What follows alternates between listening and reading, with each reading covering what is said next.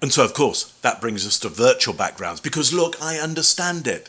We can't always show our backgrounds. There's good reasons why we're not going to show our backgrounds. I totally get it. And you want to do a virtual background. Good for you.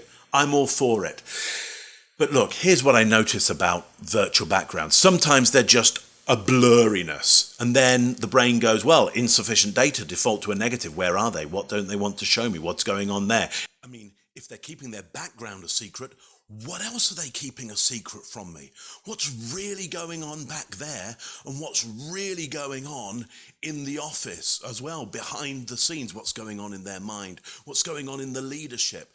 When insufficient data, we default to negatives, and if we don't know what's going on, we project a general sense of negativity. And so what's the solution around this? Well, look, if I need to blur my background, here's what I'm going to say at the start of a meeting. Hey, look, so I'm in my home office right now, and I've blurred the background because I want us to really focus on the content we're looking at today. I want us to really focus on the meeting, or I really want to focus on the points you need to make to me today so we can get all of those resolved. Get the idea? If I can tell you that the background is blurred for your benefit, for the idea of focus, you're okay with it.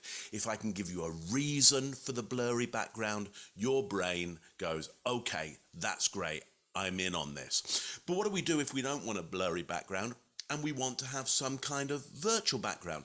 What are the opportunities there? Let's take a look at that. Well, for a start, how about just meeting in your usual location, regardless of where you are? Look, I can put up a virtual background of my work from home office. See? It's not real. It's a pretend one. And as long as I'm really happy with that background, why not show up there wherever I am in the world, regardless of whether I'm in my home office or not? Why not just always have a set background that I'm delighted by and others are as well? But look, there's plenty of other opportunities as well. Let me show you those.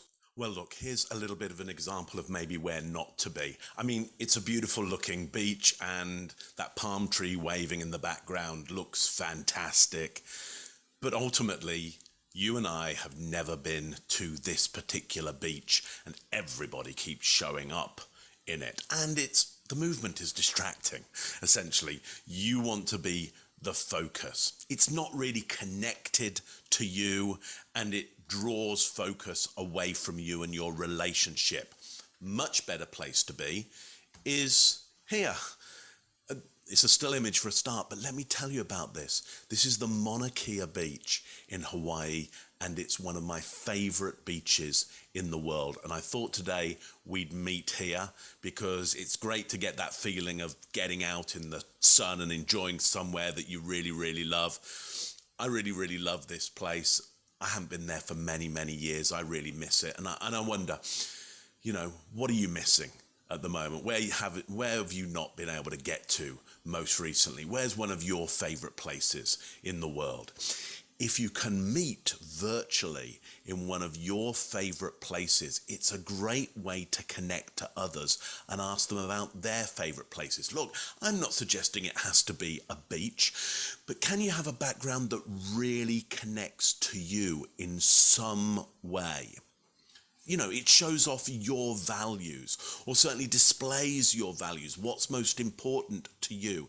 In that way, because you're being brave and displaying what's important to you, others might be a little bit braver and connect with you by telling you or showing you what's most important to them. Here's another example of a background that can do exactly that. So here we are. Thanks for joining me. I thought we'd have our meeting today right next to the Parliament Clock Tower, or what often people call Big Ben, Palace of Westminster. You probably heard from my accent, or recognizing from my accent, that originally I'm from the UK, actually London, and so, when I'm next to this building, it just gives me a huge thrill, even though there are some dark, rainy clouds in the sky, which are classically London, classically British. It feels like a great day every time I'm next to these. So thanks for joining me here. Again, Tells you a little bit about my background, tells you what's important to me, tells you what I'm connected with, and potentially makes a connection with you, because now we're in very much the same world of legislation, of government, of, those icons that of governance. So I hope that's given you a few little ideas there of how you can use a virtual background to not disconnect with people, but actually connect with them further by the background having a real connection and real value to you. And I hope you've enjoyed seeing something from my old hometown. So now you've seen all that, make immediate changes. Practice like a doctor practices, on real people, on real calls. And watch out for the positive impact that all of this is immediately having.